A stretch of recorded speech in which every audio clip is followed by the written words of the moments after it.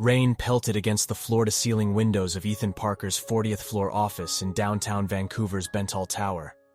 The usually stunning view of the harbor was obscured by sheets of water, turning the cityscape into a blur of gray and muted lights.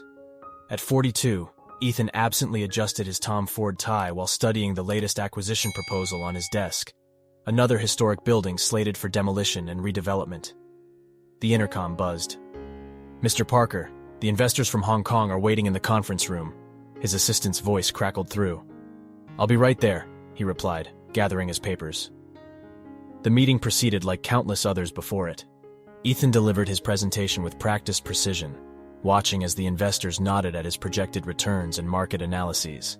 They laughed at his carefully timed jokes, not because they were particularly funny, but because his reputation in Vancouver's real estate market made every word worth their attention. Later that evening, at the Vancouver Club's annual charity gala, Ethan found himself cornered by Margaret Wellington, a society fixture whose plastic surgery made her expressions seem permanently frozen in pleasant surprise. "Ethan, darling." She air-kissed his cheeks, leaving traces of Chanel No. 5 in her wake. "You absolutely must meet Charlotte. She's just returned from Sciences Po in Paris." Charlotte Wellington appeared at her mother's elbow, wearing a Valentino dress that probably cost more than most people's monthly salary. Her smile was practiced, her interest carefully calibrated, another player in Vancouver's high-stakes social chess game. "Mother mentions you've just acquired the Henderson building," Charlotte said, her voice pitched to convey both knowledge and admiration. "Such history there." "Yes," Ethan replied, taking a sip of his 18-year-old scotch, "though it won't be there much longer." The words left a bitter taste in his mouth, worse than the scotch. The Henderson building housed Vancouver's oldest independent bookstore and a family-run cafe that had operated since the 1950s. Come spring, they'd be replaced by luxury condos and a high-end retail space. Excusing himself, Ethan escaped to the balcony.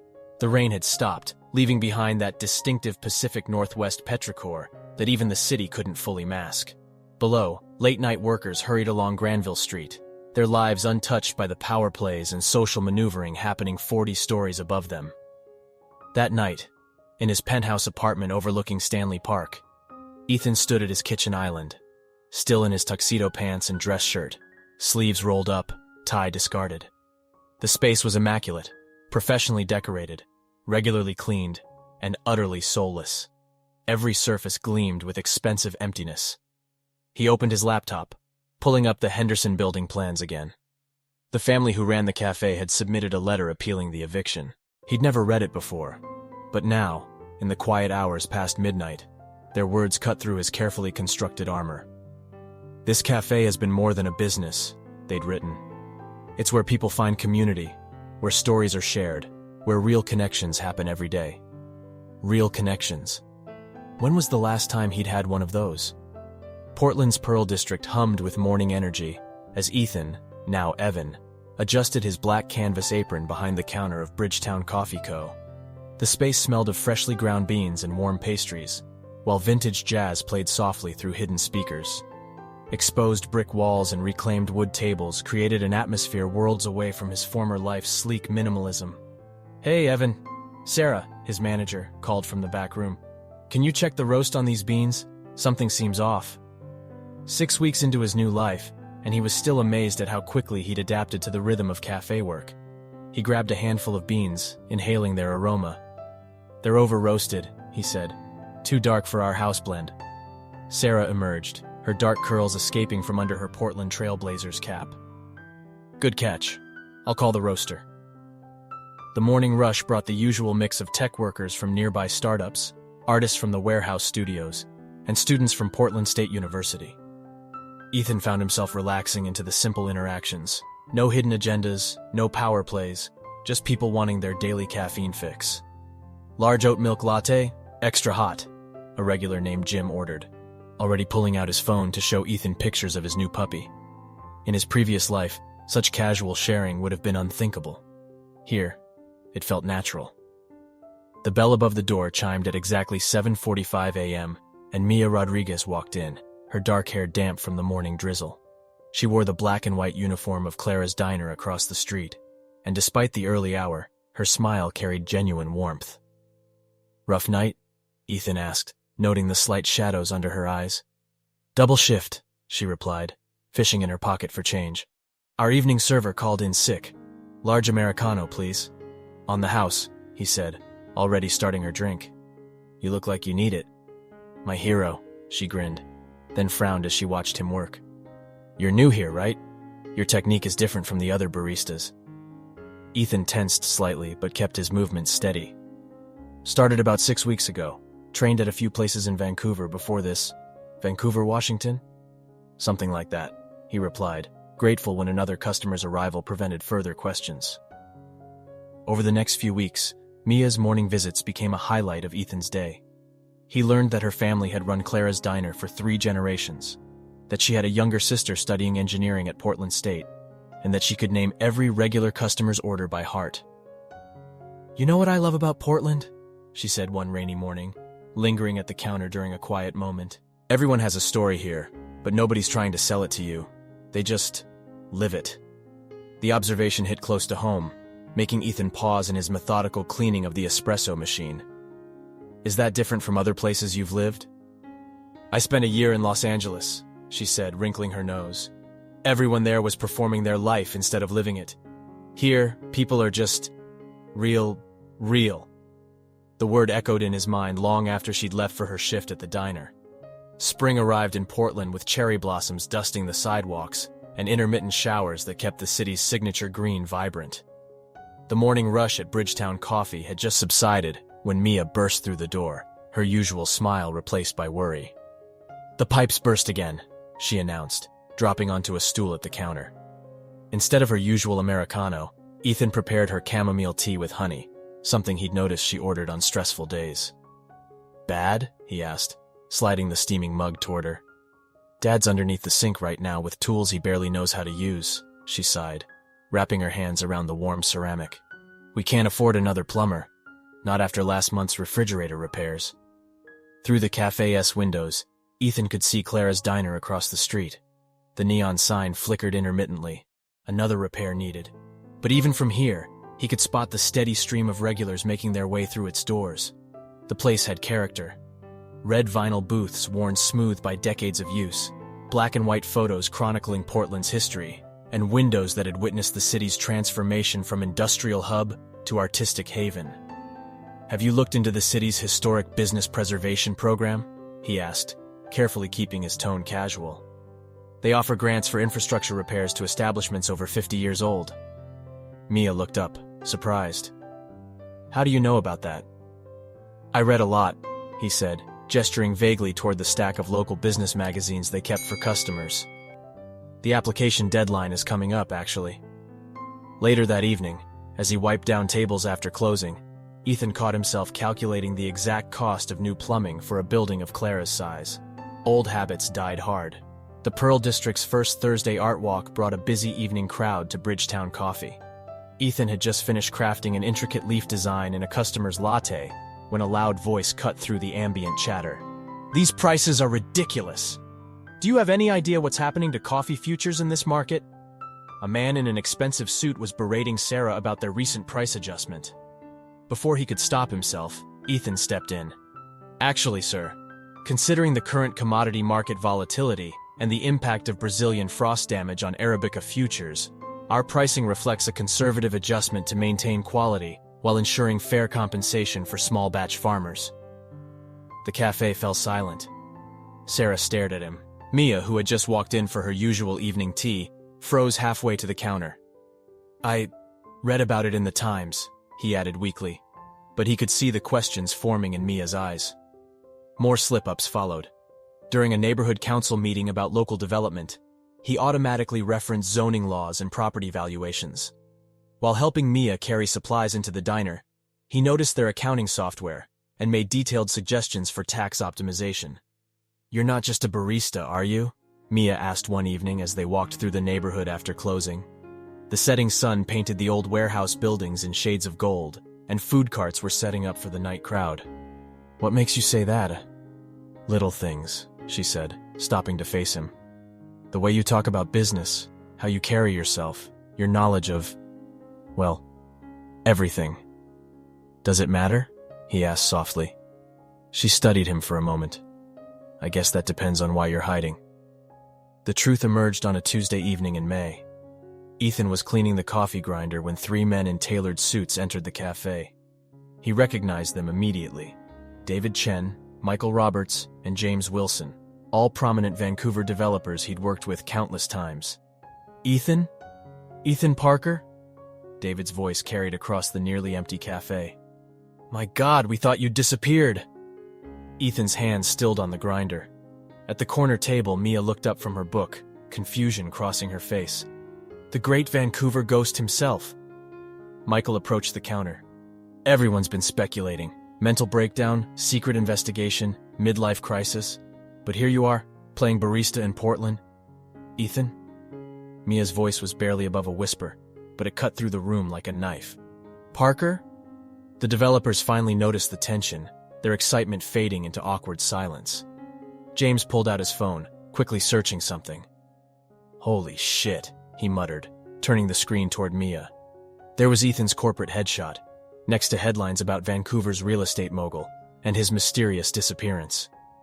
Mia, please, Ethan started, but she was already gathering her things. 3 months, she said, her voice shaking. 3 months of conversations, of sharing my family's struggles, of... She stopped, pressing her lips together. Was any of it real? All of it, he insisted. The only thing I changed was my name and occupation. Everything else, every conversation, every moment, that was all real. Real? She laughed, but there was no humor in it. Real is telling someone you have billions when they're worried about a few thousand in repairs. Real is watching them struggle while you could solve their problems with pocket change. She walked out, the bell above the door chiming with devastating finality. Through the window, Ethan watched her cross the street to Clara's diner, where warm light spilled onto the sidewalk, and her father could be seen greeting customers, their small, genuine world that he'd tried to be part of without truly belonging. The developers shifted uncomfortably. We should go, David said. But Ethan, people are looking for you. The board, the shareholders. I know, Ethan replied, turning back to the coffee grinder. Tell them I'm fine. Tell them I finally found something real. After they left, he stood in the empty cafe, surrounded by the life he'd chosen, wondering if in trying to escape one kind of loneliness, he'd only found another. The for sale sign appeared in Clara's diner's window on a foggy Monday morning. Ethan spotted it while opening the cafe, the red letters stark against the condensation-covered glass. His heart sank as he watched Antonio Rodriguez taping up additional signs about a historic restaurant liquidation sale. Inside Bridgetown Coffee, Sarah found him staring at the profit and loss spreadsheets he'd been secretly maintaining for the cafe. You're not just good with numbers, she said, sitting across from him. You're Ethan Parker. He looked up, startled. Google exists, she shrugged. And unlike Mia, I actually read those business magazines we keep around. Are you going to fire me? For being secretly overqualified? She snorted. Look, I don't care who you were in Vancouver. You make great coffee, you're never late, and you actually clean the machines properly. But, she leaned forward, you need to fix this. I tried explaining. No, she cut him off. You tried defending. There's a difference. Stop hiding behind either version of yourself and just be honest. All of you. That afternoon, Ethan walked into Clara's diner. The lunch rush was over, leaving only a few regulars nursing coffee cups. Antonio stood behind the counter, reviewing papers that looked suspiciously like bankruptcy forms. Mr. Rodriguez, Ethan said, his voice steady. I'm Ethan Parker. We need to talk. So let me get this straight, Antonio said an hour later, pushing aside his cold coffee. You're worth billions, but you've been making minimum wage serving lattes. They sat in a corner booth, spreadsheets and proposals scattered between them. Through the kitchen window, Ethan could see Mia deliberately keeping busy, avoiding their section of the diner. The money wasn't making me happy, Ethan explained. I needed to know I could connect with people without it, that I had value beyond my bank account. And my daughter? Was she part of this experiment? No. Ethan met Antonio's eyes. She was the reason I stayed. Meeting her showed me what I'd been missing. Real relationships, genuine community, purpose beyond profit. Antonio studied him for a long moment, then gestured to the papers between them. And this proposal? It's not charity, Ethan said quickly. It's investment in community. The diner keeps its independence and character, but gets updated infrastructure and expanded marketing. You maintain full control. I provide capital and business expertise. No strings, no hidden agenda. There are always strings, Antonio sighed. Yes, Ethan admitted. The string here is that I care about your daughter, and I care about this place. I want both to thrive, with or without me in the picture. From the kitchen, they heard a clatter. Mia had dropped a plate. When Ethan looked over, she was watching them, her expression unreadable. Summer arrived with an unprecedented heat wave.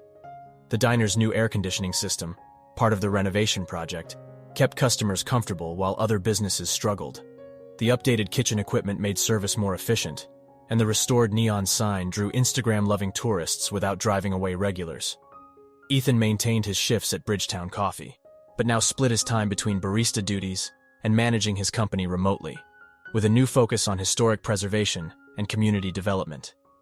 The regulars, upon learning his identity, treated him no differently. They still expected perfect lattes and still shared their daily stories. One sweltering afternoon, Mia appeared at the cafe counter for the first time in weeks. The diner's renovations were nearly complete, and she looked less tired than she had in months. Large Americano? Ethan asked, already reaching for her usual cup. Actually, she said, I thought we could talk. Really talk. They sat at a small table near the window, watching pedestrians hurry past in the heat. You hurt me, she began directly. Not because of who you are, but because you didn't trust me enough to tell me. I know, he replied. I was so focused on proving I could be valued without wealth that I forgot about the value of honesty. The thing is, she continued, tracing patterns in the condensation on her glass, I've had time to think about how you remembered every customer's story, how you actually listened when people talked, how you cared about things money can't buy. She looked up at him. That wasn't fake, was it? No, he said softly. That was the most real I've ever been. So who are you now? Really? Ethan considered the question carefully. I'm someone who finally understands that authenticity isn't about choosing between parts of yourself, it's about integrating them. I'm a businessman who loves making coffee, a billionaire who values $2 conversations, and, he added quietly, someone who fell in love with a waitress who taught him the difference between net worth and self-worth. Mia was quiet for a long moment, then reached across the table to take his hand. I missed my barista, she said. Think he might want to have dinner with me? All cards on the table this time? I know a good diner across the street, he smiled. I hear they just renovated. Autumn painted Portland in hues of amber and gold, leaves crunching underfoot as Ethan walked from Bridgetown Coffee to Clara's Diner. The renovations were complete, but the essence of the place remained unchanged. Old photos still lined the walls, now joined by a community board showcasing local events and artists. Inside, the aroma of fresh coffee mingled with the scent of baking apple pie. Antonio greeted him from behind the counter, the worry lines on his face softened by recent months of financial stability. Mia's upstairs, he said, gesturing to the newly refurbished apartment above the diner. She's working on the community fund proposals. Ethan climbed the narrow staircase, each step creaking with decades of stories. He found Mia at the kitchen table, surrounded by papers and her laptop, hair tied back in a messy bun. Hey, she smiled, looking up. I think we've narrowed it down to 5 local businesses for the first round of grants. The Rodriguez-Parker Community Fund had been their joint project, a way to help other family-owned establishments adapt to changing economic landscapes without losing their character. It combined Ethan's business acumen with Mia's deep understanding of community needs. Let's hear them, he said, settling into a chair beside her. As Mia outlined each proposal, a third-generation bookstore, a family-run bakery, a small theater company, a local craft market, and a longtime neighborhood hardware store. Ethan marveled at how naturally their worlds had merged. You know, he said when she finished, a year ago, I would have seen these businesses as potential real estate acquisitions, not as cornerstones of a community. Mia reached over, intertwining her fingers with his. And a year ago, I would have seen a businessman as a threat, not a partner. Their eyes met, acknowledging how far they'd come. The path hadn't been easy. Rebuilding trust had taken time, and they'd had to navigate the complexities of their different backgrounds. But every challenge had only strengthened their connection. "I have something for you," Ethan said, reaching into his pocket. He pulled out a small velvet box. Mia's eyes widened. "Ethan." He opened the box, revealing not a ring, but a key. "It's to the cafe," he explained. "I'm transferring ownership to the employees, creating a worker-owned cooperative. I'll stay on as a barista and advisor, but it's time for Bridgetown Coffee to truly belong to the community that gave me a second chance." Tears welled in Mia's eyes as she took the key. "You're really all in on this new life, aren't you?" "I am," he nodded. "Though there is one more change I'd like to make." He took a deep breath. "Mia Rodriguez, will you marry me?" Her laughter mixed with her tears as she pulled him close. "Yes," she whispered. 1,000 times, yes. 5 years later. The bell above Clara's diner chimed as Ethan pushed through the door, balancing a tray of specialty coffees from Bridgetown Cooperative. The place was buzzing with its usual morning energy regulars in their favorite booths, tourists snapping photos of the vintage decor, and the staff moving with practiced efficiency. "Daddy!" a small voice called out. 4-year-old Sophia ran from behind the counter, her dark curls bouncing. Ethan scooped her up with his free arm. "Hey, Munchkin, helping Grandpa with the morning rush?" Antonio appeared, playfully ruffling Sophia's hair. "Best assistant manager I've ever had," he winked, taking the coffee tray. Mia emerged from the kitchen, her pregnant belly visible beneath her apron. She greeted Ethan with a quick kiss. "Just in time, the neighborhood council meeting is about to start." They made their way to the newly added community room at the back of the diner. Representatives from local businesses filled the space, many of them beneficiaries of the Rodriguez-Parker Fund. As the meeting began, Ethan looked around the room. There was Sarah, now managing partner of Bridgetown Cooperative, discussing a joint event with the owner of the independent bookstore down the street. The family-run bakery was coordinating a holiday market with the local craft collective. Every conversation buzzed with the energy of a community working together. Mia squeezed his hand, drawing his attention. "You okay?" she whispered. "More than okay," he smiled. "I was just thinking about how different my life would be if I hadn't walked into your diner that day." "Oh," she grinned. "Missing your penthouse and private jet?" He chuckled softly. "Not for a second. I used to think I was building an empire, but I was just constructing walls around myself. This," he gestured to the room, to her, to all they'd created together. "This is real success." As the meeting progressed, Ethan found himself marveling at the journey that had brought him here. He hadn't abandoned his business skills. He'd repurposed them. His wealth wasn't gone. It was redirected into creating sustainable, community-focused enterprises. And the connections he'd forged, with Mia, with their family, with this vibrant neighborhood, were worth more than any property portfolio. Later, as the autumn sun dipped low, casting a warm glow through the diner's windows, Ethan stood behind the counter of Bridgetown Cooperative. He crafted lattes with the same care he now applied to community development projects, exchanged stories with customers who had become friends, and watched as Mia chatted with regulars at Clara's across the street. In this moment, surrounded by the life they'd built together, Ethan realized he had finally achieved the perfect blend of his past and present, of business acumen and genuine connection, of personal fulfillment and community impact. It wasn't about choosing between worlds anymore. It was about creating a new one, where every cup of coffee and every conversation was an investment in something truly valuable, a life rich in meaning, love, and purpose. What did you think of the story? Please leave a comment with your opinion. Don't forget to subscribe to the channel. I'm sure there will be new videos on this channel that will surprise you. Give it a like and activate the notification bell so you don't miss our next videos. See you soon.